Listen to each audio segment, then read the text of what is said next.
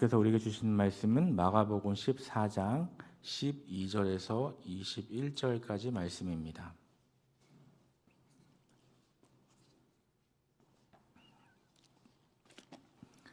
신약성경 79면 마가복음 14장 1절에서 12절에서 21절까지 말씀을 한 절씩 교독하시고 마지막 21절은 합독하시겠습니다. 제가 먼저 12절 말씀을 읽겠습니다. 무교절의 첫날 곧 유월절 양 잡는 날에 제자들이 예수께 여짜오되 우리가 어디로 가서 선생님께서 유월절 음식을 잡수시게 준비하시기를 원하시나이까 하매 예수께서 제자 중에 둘을 보내시며 이르시되 성내로 들어가라. 그리하면 물 한 동이를 가지고 가는 사람을 만나리니 그를 따라가서 어디든지 그가 들어가는 그 집 주인에게 이르되 선생님의 말씀이 내가 내 제자들과 함께 유월절 음식을 먹을 나의 객실이 어디 있느냐 하시더라 하라.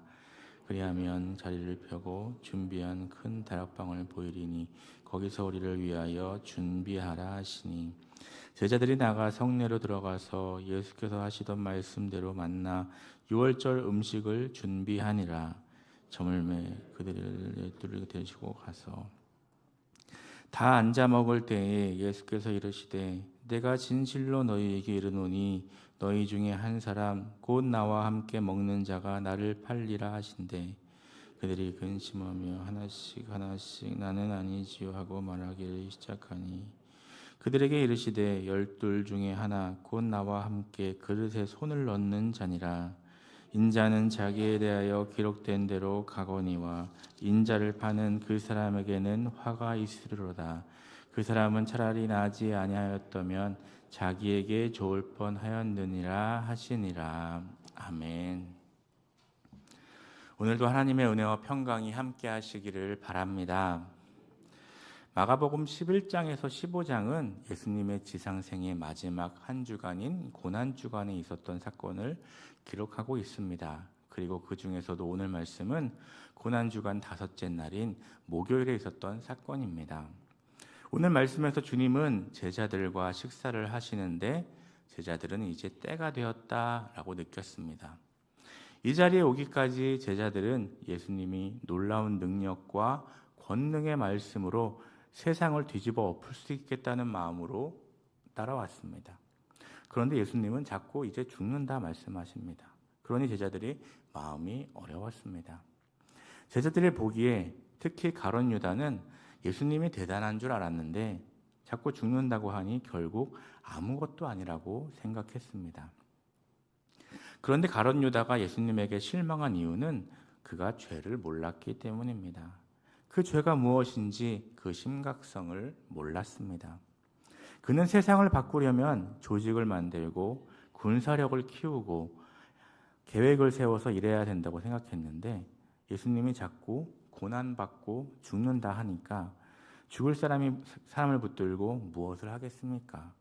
죽는다는 사람을 붙들고 무슨 세상을 뒤엎겠습니까? 결국 가룟 유다는 자기 욕심의 눈이 어두워 예수님을 은 30에 팔았습니다. 이때는 유대인들에게 유월절 양 잡는 날이었습니다.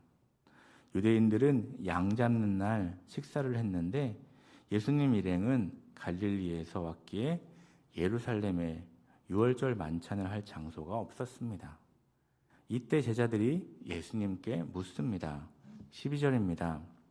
무교절의 첫날 곧 유월절 양 잡는 날에 제자들이 예수께 여짜오되 우리가 어디로 가서 선생님께서 유월절 음식을 잡수시게 준비하시기를 원하시나이까 하매 제자들의 이 질문을 들으면 아브라함이 생각납니다. 하나님이 그 아브라함에게 내가 사랑하는 외아들 이삭을 잡아서 제물로 바치라 하셨습니다. 죽여서 바치라는 것입니다. 그때 이삭이 아버지를 따라가면서 질문합니다. 아버지, 불과 나무는 있는데 어린 양은 어디 있습니까? 사실 이삭이 그 제물인데 그때 아브라함이 얼마나 당황했겠습니까? 그런데 그때 번쩍 드는 생각이 하나님께서 준비하신다라는 것이었습니다. 이번에도 제자들이 예수님에게 유월절 양을 어디서 준비하면 좋겠습니까? 어디서 식사를 해야 합니까? 라고 합니다. 사실은 유월절 양이 예수님 자신이십니다. 유월절에 양을 잡아서 죽이는 것처럼 예수님이 유월절 어린 양으로 잡아 죽임을 당함으로써 인류의 죄 문제를 해결해 주시는 것입니다. 그런데 그때 예수님은 그 양이 바로 나다 하지 않으시고 마지막 식사를 그들과 같이 하기를 원하셨습니다. 그래서 제자들을 보내시면서 조금은 특이한 지시를 하십니다. 13절에서 15절을 보면 예수님은 제자 중 2명을 보내시며 굉장히 자세히 말씀해 주십니다. 한 사람이 물동이를 들고 간다는 것입니다. 그를 따라가서 그가 들어가는 집 주인에게 객실을 달라 하라고 하십니다. 그러면 그가 줄 것이라고 말씀하십니다. 예수님은 모든 것을 다 알고 계셨습니다. 예수님이 미리 언제 갈 테니 준비해 놓으라고 하지는 않으셨을 것입니다. 그 방의 주인이 마가의 어머니라고 여겨지는데 이상하게 이번 유월절에는 그 방을 비워두고 싶었습니다. 사실 이때가 대목이기 때문에 이럴 때 빌려주면 얼마나 돈을 많이 벌 수 있었겠습니까? 그런데 이번에는 빌려주고 싶은 마음이 안 들었는데 바로 그때 예수님이 그 다락방을 자신에게 내어달라고 하신 것입니다. 6월절에는 예루살렘에 사람들이 엄청나게 몰려오기 때문에 이런 방을 구하는 것은 하늘의 별 따기입니다. 돈을 많이 벌 수 있었는데도 그냥 비워들었고 예수님께 공짜로 빌려드린 것입니다. 그런데 그곳이 마지막 6월절 만찬을 하셨을 뿐 아니라 성령이 처음으로 임하셔서 오순절 사건이 일어나는 놀라운 장소가 되었습니다. 초대교회가 시작된 장소가 바로 여기였다는 것입니다. 이 얼마나 놀라운 일입니까? 우리 삶에도 바로 이런 순간들이 있습니다. 그리고 순종의 순간들이 연결되어 기가 막힌 하나님의 역사가 일어나는 때가 있습니다. 그래서 우리에게 감동 주실 때 순종해야 하는 것입니다. 만약 이때 예수님이 객실을 달라고 하셨을 때 거부했다면 당연히 이런 역사가 일어나지 않았을 것입니다. 우리에게도 하나님이 감동을 주실 때가 있습니다. 평소에 별로 생각을 안 하던 일이 생각나거나 누구를 만나지 않겠나 하는 마음이 들거나 누구를 돌봐주어야 하지 않겠나 하는 마음을 주실 때 순종해야 하는 것입니다. 이것이 정말 주님이 원하시는 것입니까? 라고 순종하는 것입니다. 언제든지 주님께서 쓰시고자 하실 때 준비되어 있는지를 스스로 돌아봐야 하겠습니다. 17절에서 18절 말씀입니다. 저물매 그 12를 데리시고 가서 다 앉아 먹을 때에 예수께서 이르시되 내가 진실로 너희에게 이르노니 너희 중에 한 사람 곧 나와 함께 먹는 자가 나를 팔리라 하신대. 지금 분위기가 좋은데 예수님은 찬물을 끼얹는 말씀을 하십니다. 너희 중에 한 명이 나를 팔 것이다. 이게 무슨 청천벽력 같은 말씀이십니까? 이는 예수님은 다 아셨지만 정죄하지 않으시고 회개할 기회를 주신 것입니다. 아무리 대제사장에게 가서 예수님을 팔기로 했다 해도 아직은 가룟 유다가 마음을 돌이킬 수 있는 상황입니다. 10절에서 이미 대제사장들에게 가서 이야기를 끝낸 상태입니다. 그리고 6월절 만찬을 하는데 너희 중에 한 사람이 나를 팔 것이다 라고 하십니다. 유다에게 기회를 주고 계신 것입니다. 그런데 이때 정말 놀라운 것은 제자들의 반응입니다. 19절에서 20절 말씀입니다. 그들이 근심하며 하나씩 나는 아니지요 하고 말하기 시작하니 그들에게 이르시되 12 중에 하나 곧 나와 함께 그릇에 손을 넣는 자니라. 여기서 놀라운 것은 모든 제자가 저는 아니죠 라고 물었다는 것입니다. 이 말이 무엇입니까? 그들 모두 자신이 없었다는 것입니다. 가룟 유다만 아니라 나머지 11명에게도 그와 비슷한 마음이 있었다는 것을 보여주는 것입니다. 그들은 지금까지 예수님이 왕이 되시면 누가 이인자인지를 가지고 싸웠습니다. 그런데 혹시라도 예수님이 그렇지 않으시면 빨리 줄을 갈아타야 하는 것입니다. 유다처럼 행동을 하지는 않았지만 그 정도까지는 아니더라도 제자들도 다 그런 생각을 한두 번쯤을 했었다는 것입니다. 그런데 예수님이 말씀하시니까 그들의 마음이 뜨끔했습니다. 그래서 저는 아니지요? 라고 물어보는 것입니다. 예수님의 입장에서 이 제자들을 보셨을 때 얼마나 안타까우셨겠습니까? 참 슬프셨을 것 같습니다.